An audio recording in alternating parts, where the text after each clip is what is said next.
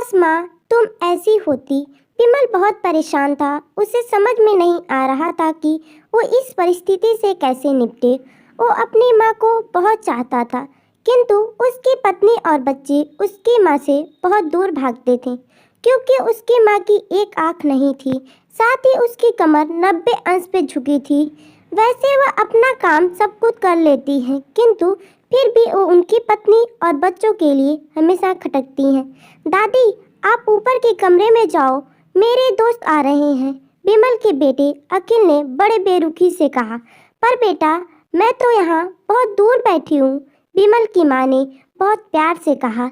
नहीं, आप उनके सामने मत रहो, वो मुझे चिढ़ाते हैं, अखिल ने जोर से डांटते हुए कहा। क्या हुआ अखिल, क्यों चिल्ला रहे हो? विमल की पत्नी कामनी ने किचन से ही आवाज लगाई। देखो न माँ, ये दादी यहीं ड्राइंग रूम में बैठी हैं और मेरे दोस्त आ रहे हैं, अखिल ने शिकायत भरे लहजे में कहा। माँ जी, आप ऊपर चली जाओ, क्यों हम लोग को लजवाती हो? कामनी ने बेटे का पक्ष लेते हुए कहा। बेचारी सरस्वती चुपचाप उठकर जीने के सहारे ऊपर जाने लगी। कमर झुकी होने के कारण उन्हें ऊपर चढ़ने में बहुत परेशानी हो रही थी, किंतु वो पूरा ताकत से ऊपर के एक अकेले कोने वाले कमरे में जाकर बैठ गईं। विमल बाजू के कमरे से सब सुन रहा था। उसे कष्ट हो रहा था कि उसकी माँ को अपमानित होना पड़ रहा है, किंतु वो असहाय था। अगर वो कुछ कहता तो पत्नी और बच्चे उसका विरोध करने लगते। दूसरे उनके तर्क भी सही लगते हैं। क्योंकि वो एक प्रशासनिक अधिकारी था, उसका सामाजिक स्तर भी बहुत ऊंचा था। उसका ससुराल भी एक उच्च स्तर घराने में थी, अतः वह चुपचाप इस तरह की हर चीज हर दिन अपनी माँ की अपमान होते देखता था।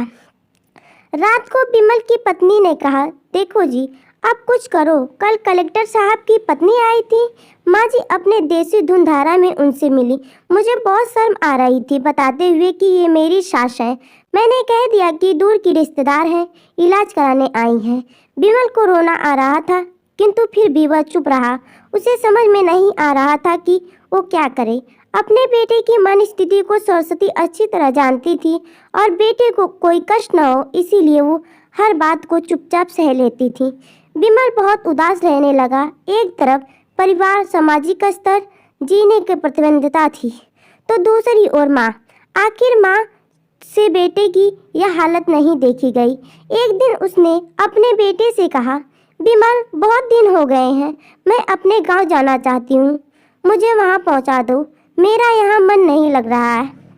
किंतु माँ, वहाँ तो कोई नहीं है, तुम्हारी देखभाल कौन करेगा? विमल ने आश्चर्य से पूछा। अरे सब गांव वाले हैं, और वो तुम्हारे मामा जी तो उसी गांव में रहते हैं, और फिर हम सारी व्यवस्थाएं कर आए होंगे ना। कामनी को तो जैसे मन की मुराद मिल गई। हाँ बेटा, बहुत सही कह रही है, सरस्वती ने लंबी सांस लेते हुए कहा। विमल जानता था कि गांव में माँ का देखभाल करने वाला कोई नहीं है, लेकिन अपनी पत्नी की जिद के कारण वह अपनी माँ को गांव छोड़ने पर विवश हो गया। माँ को गांव छोड़कर आते वक्त उसे रोना आ रहा था, अपनी बेबसी पर गुस्सा भी आ रहा था, किंतु परिवार, पत्नी और समाज ने उसके इन मनोभाव को दबा दिया और वो सुकून सा महसूस करने लगा। कुछ दिन के बाद उसके चाचा, जो अमेरिका में रहते थे, आने वाले थे। जब विमल बहुत छोटा था, उसके पिता जीवित थे, तब वो भारत आए थे और उसके बाद वो अब भारत आने वाले थे। पूरा परिवार और आस पड़ोस बहुत उत्साहित था। अमेरिका से विमल के डॉक्टर चाचा आ रहे थे। डॉक्टर रमेश ने जैसे ही घर में कदम रखा, सबने मिलकर बहुत उत्साह से उनका स्वागत किया। क्यों विमल भाभी नहीं दिख रही हैं? कहाँ हैं? डॉक्टर रमेश ने उत्साहपूर्वक पूछा। जी, वो गांव में रहती हैं, यहाँ उनका मन नहीं लगा, कामनी ने सपाट लहजे में उत्तर दिया।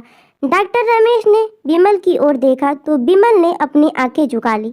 डॉक्टर रमेश सब समझ गए, बोले, कल हम भाभी से मिलने गांव सब चलेंगे। दूसरे दिन सभी लोग गांव के घर में पहुंचे। देखा कि सरस्वती को बहुत तेज बुखार है और वो पलंग पर असहाय पड़ी है। डॉक्टर रमेश दौड़कर सरस्वती के पास गए, उनके पैर छूकर रोने लगे। सरस्वती की ये हालत उनकी कल्पना से परे थी। वाह बेटा विमल, तूने तो नाम उजागर कर दिया। अपनी माँ की ये हालत देखकर तुम्हें तो शर्म भी नहीं आ रही है होगी। डॉक्टर रमेश ने विमल को डांटते हुए कहा। नहीं देवर जी, विमल का कोई दोष नहीं है। मैं खुद गांव आई थी। सरस्वती ने अपने बेटे का बचाव किया। मुझे सब पता चल गया। भाभी आप चुप रहो। क्यों बहू, तुम्हें अपनी सास की क्रूरता पसंद नहीं है? समाज में तुम्हें नीचा देखना पड़ता है ना? डॉक्टर रमेश ने कामनी की ओर व्यंग देते हुए कहा। कामनी निरंतर होकर विमल को देखने लगी। आज तुम जिस समाज स्तर पर हो वो इन्हीं की संघर्षों की देन है। और बेटा विमल, तुम शायद मालूम नहीं होगा कि बचपन में तुम एक बार छत से गिर गए थे, जिसकी वजह से तुम्हारी एक आंख फूट गई थी और तुम्हारी रीढ़ की हड्डी में भी समस्या थी। तब तुम्हारी इस क्रूर माँ ने अपनी एक आंख और अपना बोन मैरो तुम्हें देकर इतना सुंदर स्वरूप दिया था। कामनी बेटा, इतने सालों तक संघर्ष करके बेटे को प्रशासनिक अधिकारी बनाने वाली इस संघर्षशील औरत की तुम लोगों ने यह दशा कर दी। तुम्हें ईश्वर कभी माफ नहीं करेगा। डॉक्टर रमेश की आंखों में अश्रुजल धारा बह रही थी। अब भाभी, आप मेरे साथ अमेरिका जाएंगी। यहाँ इन स्वार्थी लोगों के बीच नहीं रहेंगी। डॉक्टर रमेश ने सरस्वती से कहा। विमल को तो काटो तो खून नहीं था। डॉक्टर रमेश जो उसके चाचा थे, उन्होंने जो राज बताया, उसके बाद तो विमल को यही लग रहा था कि उससे ज़्यादा पापी इंसान इस दुनिया में कोई और नहीं है। वह दौड़ता गया और माँ सरस्वती के कदमों से लिपट गया।